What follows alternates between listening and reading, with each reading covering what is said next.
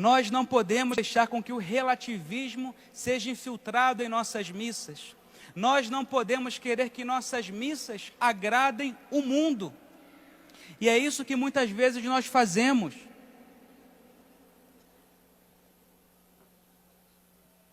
Quantas vezes nós queremos agradar aos homens e inventamos missa balada. Missa balada? O que é isso?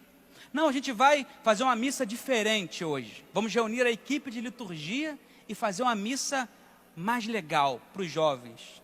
Vamos botar aqui um globo girando, luzes coloridas, e a nossa missa vai ser uma missa que vai estar cheia de jovens, que vão se aproximar para encontrarem ali na missa balada a Deus.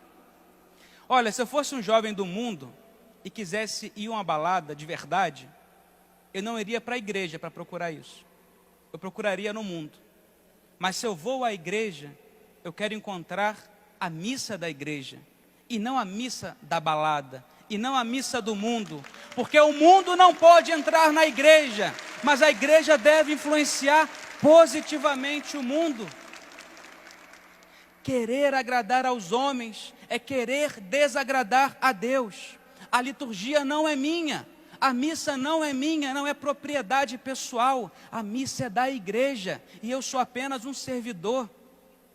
Obediência a sacerdotes, obediência a equipes de liturgia, porque a missa não é nossa, nós não fazemos nada, nós recebemos da mãe igreja. Sabe o que nós podemos fazer quando muito? Um bezerro de ouro. É isso que os homens fazem, ídolos. Quando Moisés subiu ao monte para estar ali diante de Deus face a face, o povo de Israel ficou impaciente com a espera, e impaciente por esperar a Deus que se manifestaria, cria o seu próprio ídolo, o seu próprio bezerro de ouro. É isso que nós fazemos quando transformamos a missa em propriedade nossa. Quantos liturgistas, aqueles que estudam teoricamente a teologia litúrgica, as celebrações litúrgicas da igreja, falam palavras semelhantes a essas. Nós temos que transformar a liturgia em algo mais popular. A liturgia do povo. A liturgia do povo. Enche a boca para falar. Nós não estamos em Roma. Nós estamos no Brasil. E o Brasil nós temos que ter a liturgia do povo. E o que é a liturgia do povo? É transformar um pouquinho para que ela se adapte à nossa realidade. Para que usar nomes como corporal, cálice, patena? Não, vamos usar coisas mais do nosso dia a dia. Por que nós, em vez de usar cálices, não usamos copos descartáveis? Porque é o que o povo usa. Por que em vez de usar corporais, nós não usamos guardanapos? Seria algo tão mais simples para utilizar nas missas. E nós vamos transformando a missa numa espécie de jantar em nossa casa. E a missa já não nos leva para o céu, porque ela se tornou tão do povo, que ela já não é mais liturgia de Deus. Ela já não me aponta ao céu. Ela se converteu em algo humano, demasiadamente humano.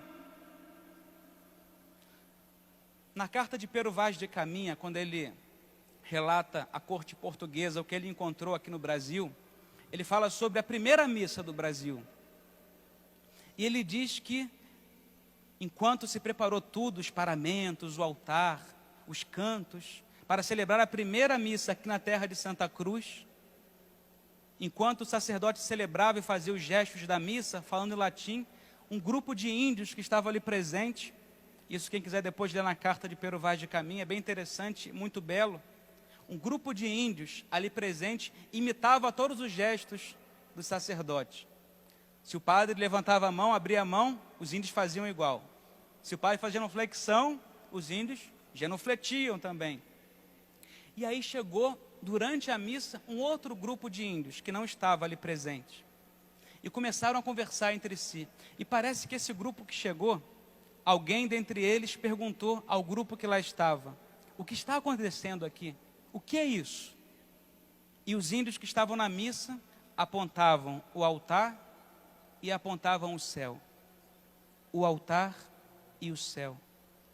Aqueles homens não sabiam nada de latim, aqueles homens não sabiam nada de liturgia da igreja, mas aqueles homens que eram simples, sabiam que ali estava acontecendo alguma coisa misteriosa que unia o céu e a terra. É isso que é a missa. A missa não pode se tornar algo comum, a missa é extraordinária. É o céu e a terra que se funde, e só as almas simples contemplam isso. Os liturgistas são incapazes de perceber essa maravilha.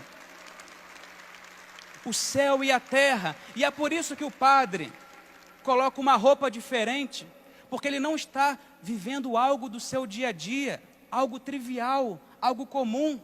E é por isso que as palavras são diferentes, e é por isso que os cantos são diferentes, porque ali se realiza algo diferente. Não é humano, é de Deus, é do céu. E nós não podemos converter os nossos presbitérios em palcos de show. Ali acontece a ação mais sagrada e transcendente da história dos homens. Não existe nada na terra mais importante do que a missa. E os homens devem perceber o sagrado que se atualiza pela voz, pelos gestos, por atos pequenos do sacerdote, porque nesses atos ele manifesta o seu amor ao sublime mistério de Deus. Em resumo, o que nós precisamos é de obediência àquilo que a igreja pede. É de nos convencermos que na missa o protagonista não é o sacerdote, o protagonista é Cristo. E para que Cristo seja o protagonista, a igreja inventou uma coisinha que os sacerdotes conhecem bem, pelo menos aprenderam. Se nós fazemos, é outra história, que se chama rubricas. Rubricas. Rubricas, a palavra rubrica vem da palavra rubrum, do latim, que significa vermelho. O missal, aquele livrinho que nós sacerdotes utilizamos para celebrar a missa, já viram? Aquele livrinho assim? Nós utilizamos. Ali tem as palavras que o padre tem que falar, que estão em negro, preto. E estão umas letrinhas menores em vermelho que diz o que o sacerdote deve fazer. Diz assim: agora o sacerdote se ajoelha e adora o Senhor. Agora o sacerdote estende as mãos. Por que a igreja inventou isso? Para nos amarrar? Para tirar nossa liberdade? Não. A igreja inventou isso para que, ao realizar essas ações sagradas, o sacerdote desapareça e Cristo apareça nele. Quando nós falamos, eu quero ir à missa do padre fulano, eu quero ir à missa do padre Beltrano. Por quê? Porque nós convertemos os padres em protagonistas, e nós não somos isso. Nós devemos silenciar, através da obediência, dessas rubricas, para que o próprio Cristo apareça. E assim nos dá igual, se a missa é do padre X, se a missa é do padre Y, porque o que importa para nós é que a missa é de Jesus Cristo. A missa é do Senhor, não é minha, não é propriedade de um padre. Ouçam o que diz o Papa Bento XVI. Nós, igreja, não somos uma empresa voltada para o lucro. Nossa tarefa não é criar um produto ou conseguir êxito nas vendas. Nós não somos uma empresa que estamos aqui para querer multidão. Não somos empresa para agradar os homens, para conseguir lucro. Nós queremos sim que haja multidões em nossas igrejas. Desejamos quanto mais melhor, porque nosso Senhor não quer que nenhum homem pereça, mas que tenha vida eterna. Mas nós não podemos querer multidão à custa de sacrificar a verdade. E na ação litúrgica, em cada missa, a igreja expressa, diz a Constituição Dogmática Dei Verbum, a igreja expressa no seu culto aquilo que ela crê e aquilo que ela é. Se nós mudamos o culto da igreja, nós não expressaremos o que cremos, nós não expressaremos o que somos. Ou somos católicos por inteiro, ou não somos católicos. Não existe aqui meio termo. Longe de nós esse chamado catolicismo de supermercado.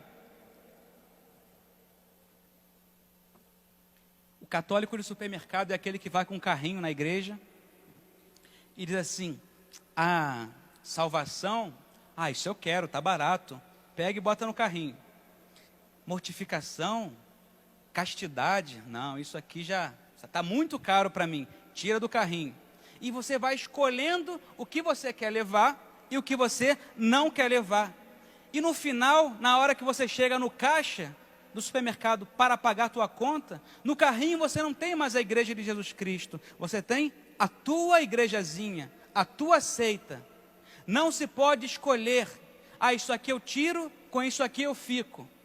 Na igreja, ou você leva o pacote completo, o combo católico, com tudo aquilo que ele tem, ou você não leva nada, ou se é católico, ou não se é católico, simples assim, e não existe meio termo. Isso se expressa na pregação da doutrina, na pregação da moral e na celebração do santo sacrifício da missa. Quantas pessoas morreram para que nós hoje pudéssemos recitar com tranquilidade, tantas vezes sem perceber, o credo na missa? E nós vamos tirando elementos da nossa fé. Por exemplo, vocês já devem ter ouvido falar entre pessoas próximas, algo do tipo: não, eu sou católico, mas eu acho que a igreja deveria rever sua postura em relação ao aborto. Não é verdade? Porque nós temos que pensar na saúde reprodutiva da mulher. Eu sou católico, muito católico, rezo meu terço todo dia, mas eu acho que a igreja poderia deixar de condenar as relações sexuais fora do casamento. Afinal, vivemos em outros tempos. Eu sou católico, muito católico, mas eu acho que a igreja deveria começar a ordenar mulheres. Olha, você pode ser tudo, mas católico você não é. Não é católico, deixou de sê-lo há muito tempo. Me faça o favor, não reze mais o credo. É melhor. Não reze o credo. Ou você acredita ou não, mas não me coloque uma máscara de católico, quando que na verdade por dentro você é um traidor da igreja e só ajuda a destruí-la.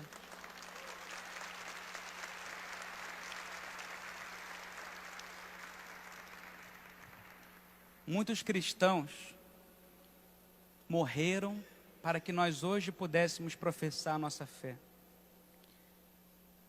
O Império Romano se converteu por conta de poucos cristãos que eram fiéis à verdade trazida por Cristo. E por isso, eles converteram todo o império. Nós podemos converter o mundo se somos fiéis a Cristo. É hora de deixarmos de cruzar os braços. É hora de deixar de olhar para baixo e repetir: não posso, não posso, não posso. Parece que o mundo quer me engolir. E é hora da gente abraçar a nossa fé, que se expressa na doutrina, na moral e no culto, para que o mundo volte a encontrar na igreja essa luz que lhe dá esperança, essa luz que aponta para o céu e diz: a realidade última não termina aqui na terra, a tua vida é muito mais do que isso. E para que Deus comece a resplandecer na nossa vida e na vida da igreja, para mudar o mundo, porque o dia que a igreja, nós, cada um de nós, o dia em que nós nos convertermos de verdade, nós colocaremos fogo no mundo. Fogo. Precisamos antes de conversão. E ninguém imagina o que somos capazes de fazer. Quando nós, homens, começarmos a diminuir, a nos abaixar, para que o Santíssimo Sacramento apareça, para que Deus ocupe o seu posto de senhorio na igreja ou no mundo, nós começaremos a mudar o mundo. Nós converteremos o mundo e o incendiaremos no fogo do amor de Deus. Mas é necessário que para isso o Senhor ocupe o primeiro lugar. E isso começa na missa, na celebração de cada dia. Não nos acostumemos com a missa. Não queramos ser protagonistas dessa história e permitamos que o Senhor ocupe o trono de majestade na sua igreja e no mundo. ao Santíssimo Sacramento, toda honra, glória e poder, por todos os séculos dos séculos. Amém.